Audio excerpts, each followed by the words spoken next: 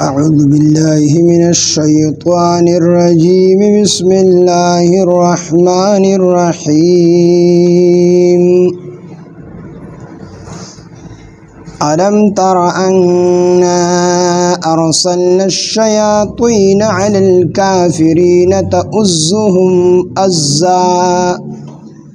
فلا تعجل عليهم إنما نعد لهم عدا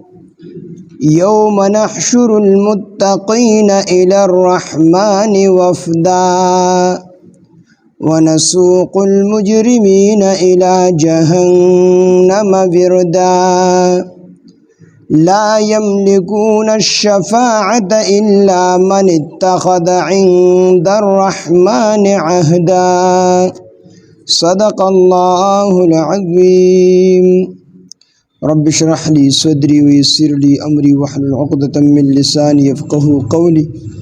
رب زدني علما سبحانك لا علم لنا إلا ما علمتنا إنك أنت العليم الحكيم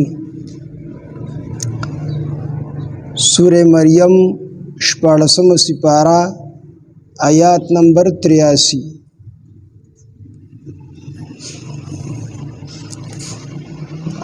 علم ترى آیات ندی کتلی تا ندی لیدلی انا ارسلنا چه بیشک منگ لیگلی دی الشیاطین شیطانان علی الکافرین بکافران پسی تأزهم چراو پاروی دوی لرا ازا پرا پاراول سرا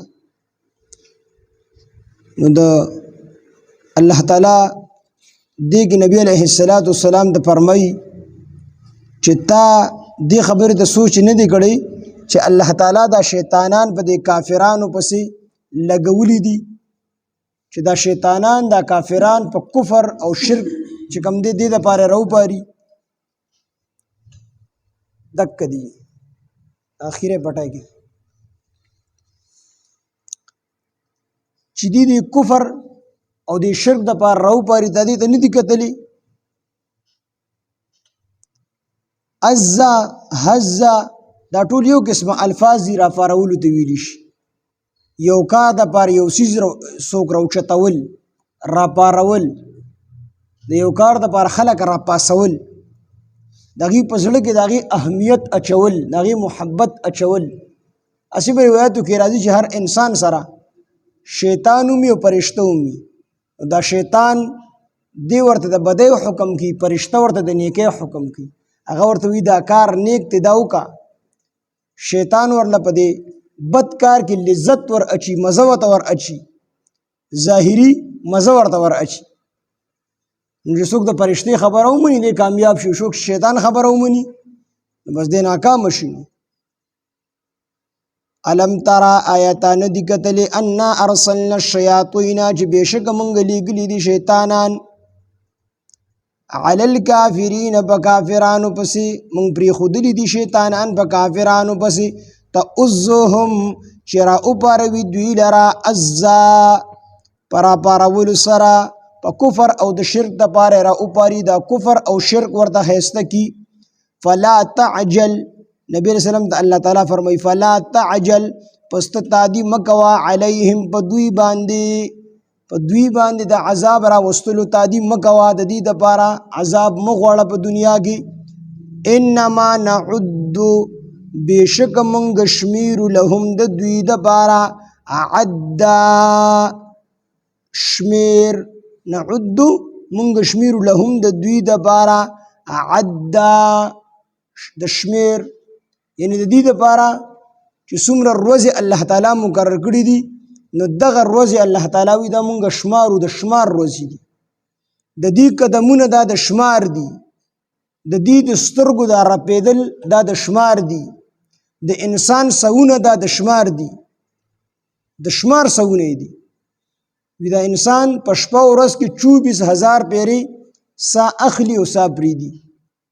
نو د 24000 نو چې یو سا چې کم دی اخلي یو سای کمیږي نبی علیہ السلام ته الله تعالی تسلی ورکړي چې کو د کافرانو تاسو ته ارسوي د دې لپاره عذاب مغواړه تادیم کوا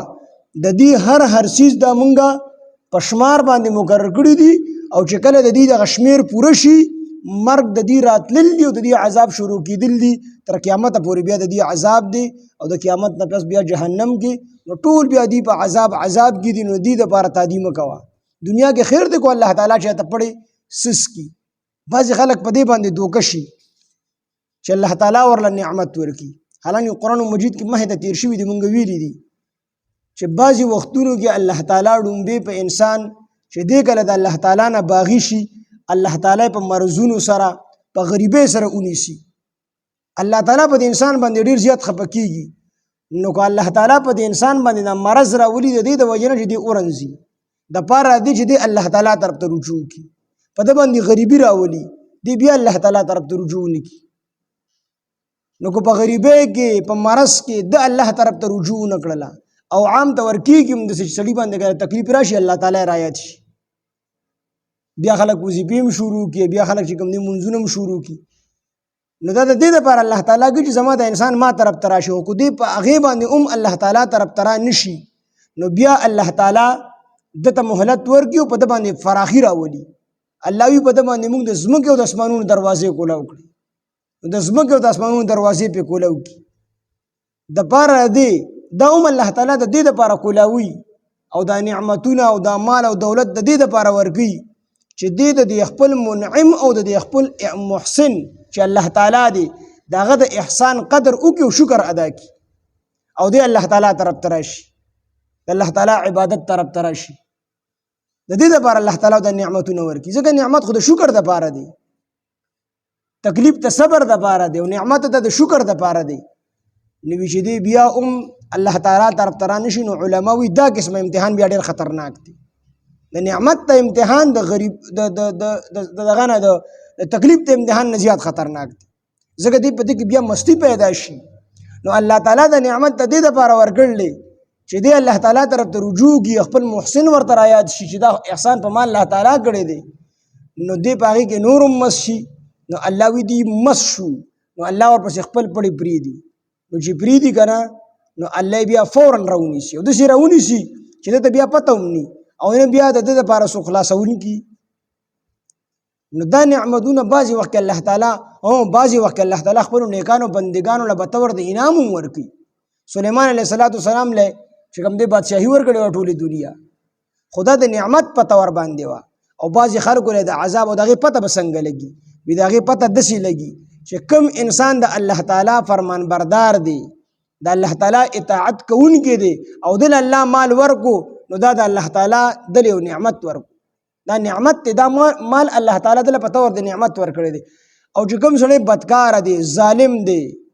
او د الله تعالی نافرمانه دی او دل الله تعالی مال ورکو دا امتحان دی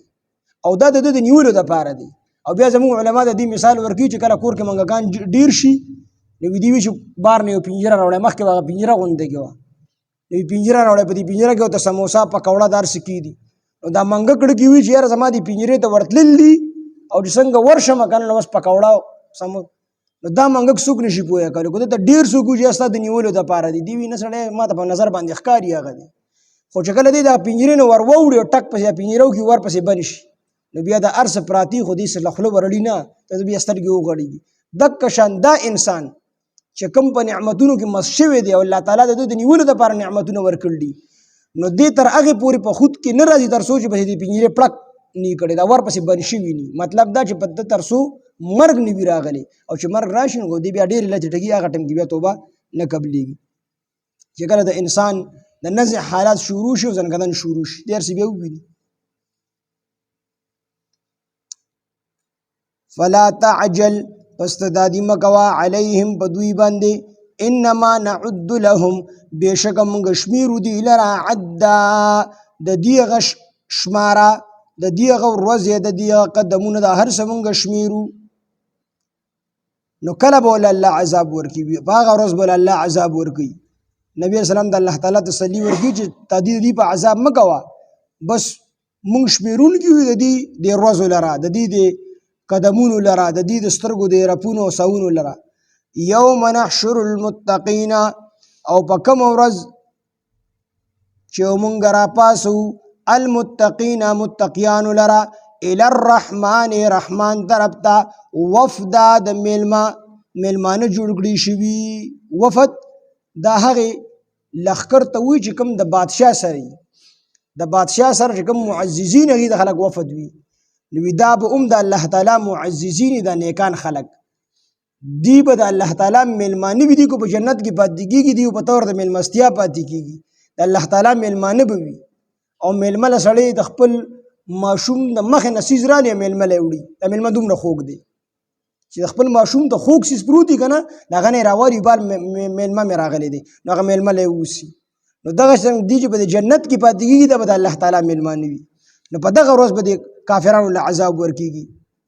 فلا تعجل پس ته تادي مه کوه علیهم په دوی باندې، انما نعد لهم بېشکه مونږ شمېرو دوی لره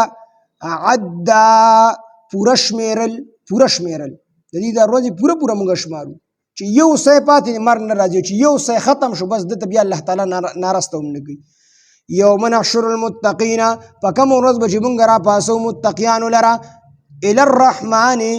رحمان طرف ته وفدا میلمانه جوړ کړي شوي، ونسوق المجرمین او مونږ به شړو مجرمانو لره الی جهنم جهنم طرف ته وردا تږي، ورد تږي اصل کې ورد دا چې کوم دی د اوبو ځای ته ویلی شي، چې اوبو طرف ته تک ته ویلی شي، نو چې کوم انسان اوبو طرف ته ځي نو دی تږي که نو دی وجه نه دلته کې تږي معنی کړې ده چې الی جهنم جهنم طرف ورده تږي، نو دا کافران به تږي ومي، دی به وږي ومي او دی به جهنم طرف ته ځي، جهنم طرف ته به الله تعالی شړي. دومره لوی ذات دی الله تعالی چې د مجرمانو دپاره شړل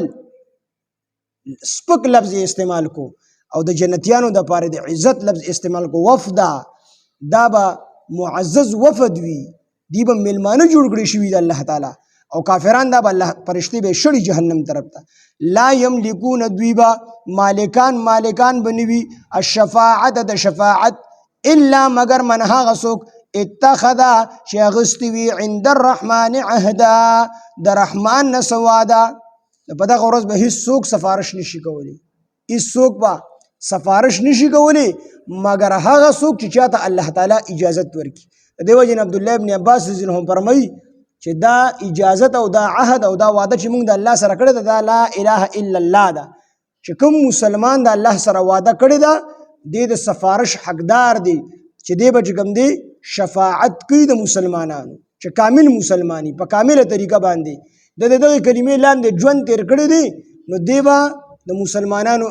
سفارش کوي، شفاعت پې کوي. البته د کافر دپاره شفاعت نشته دی، او بعضې مفسرین وایي چې دې نه حافظ قرآن مراد دی، چې حافظ قرآن دا به د خپل مور پلار نه علاوه د لسو کسانو چې د کورنۍ نه په چا جهنم واجب شوي وي د هغې شفاعت به کوي. نو به هر حال دا دواړه د مراد کېدلی شي. مسلمان هم چې کامل مسلمانی دی به الله تعالی به ده ته اجازت ورکړي چې ته ورشه او دی چې چا سفارش کوي د چا سفارش کول غواړي الله تعالی به منظوري، خو په شرط ته دی چې دا چاله سفارش کوي دا مسلمانی ایمان بګي، چې ایمان بګي نه د هغه دپاره هېڅوک سفارش نشي کولی. بس دا بلو بیا سبب وو انشاءالله ختم به وحی دا صورت. علم ترى آیاتان دی کتلی انا ارسلنا الشیاطین چې بېشکه مونږ لیږلي دي مونږ پریښي دي شیطانان علی الکافرین په کافرانو پسې تؤزهم چې را وپاروي دوی لره عزا په راپارولو سره. فلا تعجل پس ته تادي مه کوه علیهم په دوی باندې، انما نعد لهم بېشکه مونږ شمېرو دوی لره، بېشکه مونږ شمېرو دوی لره عدا پوره شمېرل، یعنې د دې د ورځې هر یو څیز مونږ شمارو. یوم نحشر المتقین فکم ورځ به چې مونږ راپاسو متقیان الی الرحمن رحمان طرف ته وفدا میلمانه جوړ کړي شوي، ونسوق المجرمین نو مونږ به شړو مجرمانو لره. په دغه ورځ به جنتیان چې متقیان دی به د الله میلماني جنت طرف ته به ځي.